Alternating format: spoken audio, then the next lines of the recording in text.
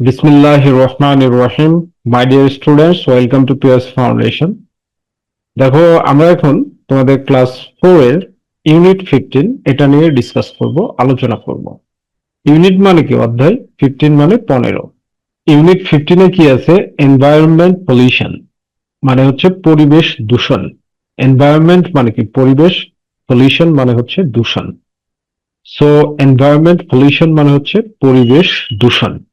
Discuss মানে আলোচনা করো। হোয়াট ইউ সি, তুমি কি দেখতে পাও, ইন দ্য পিকচার্স, ছবিগুলোতে। তাহলে ছবিগুলোতে তুমি কি দেখতে পাচ্ছ? দেখো, এখানে 1 নম্বর ছবি। ছবিতে তুমি কি দেখতে পাচ্ছ? বজ্র দেখতে পাচ্ছ। শুধু বজ্র আর বজ্র। West and West, West and West. এরপর 2 নম্বর ছবিতে দেখো নদী নালা শুকায় গেছে। মারাত্মকভাবে কি হয়েছে? নদী নালার অবস্থা খারাপ। এরপরে 3 নম্বর ছবিতে কি দেখতে পাচ্ছ তুমি?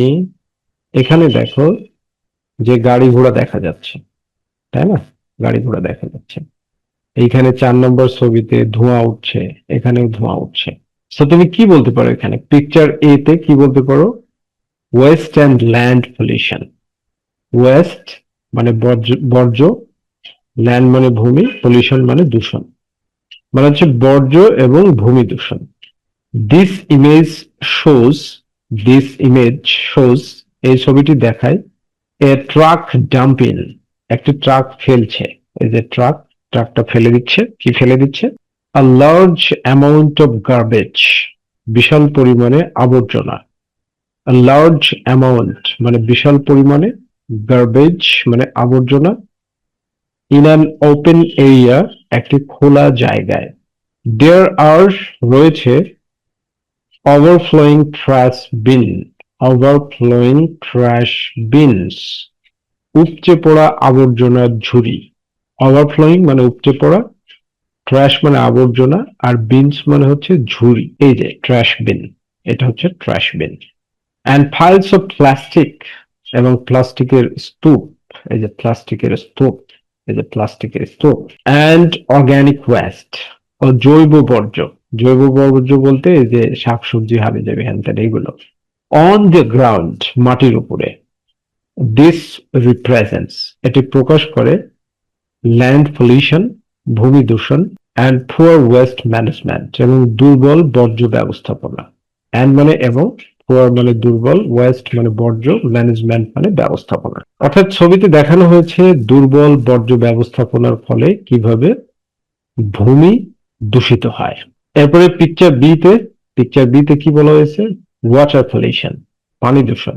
আ ফ্যাক্টরি অর ইন্ডাস্ট্রিয়াল পাইপ, একটি কলকারখানা বা শিল্পের পাইপ, is shown discharging, নির্গত হতে দেখা যাচ্ছে। is shown discharging, নির্গত হতে দেখা যাচ্ছে। এই যে এটা হচ্ছে ফ্যাক্টরি, আর এখান থেকে নির্গত হচ্ছে। ঠিক আছে, বজ্র বের হচ্ছে, বর্জ্য, right? Liquid waste, liquid waste মানে তরল বর্জ্য।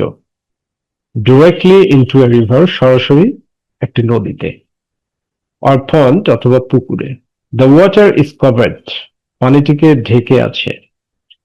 দ্য ওয়াটার, পানিটি, ইজ কভার্ড, ঢেকে দেওয়া হয়েছে, ইন ট্র্যাশ, প্লাস্টিক বোতলস, ময়লা এবং প্লাস্টিক বোতলে, অ্যান্ড কেমিক্যাল ফর্ম, এবং রাসায়নিক ফেনায়। এ পারসন ইজ স্ট্যান্ডিং, একজন ব্যক্তি দাঁড়িয়ে আছে। নিয়ার দ্য এজ, প্রান্তের কাছে। প্রান্তের কাছে এখানে একজন ব্যক্তি কি দাঁড়িয়ে আছে। ঠিক আছে, এইভাবে তুমি বলতে পারবে। এরপরে কি বলছে? হাইলাইটিং হাউ হিউম্যানস, তুলে ধরছে কিভাবে মানুষ।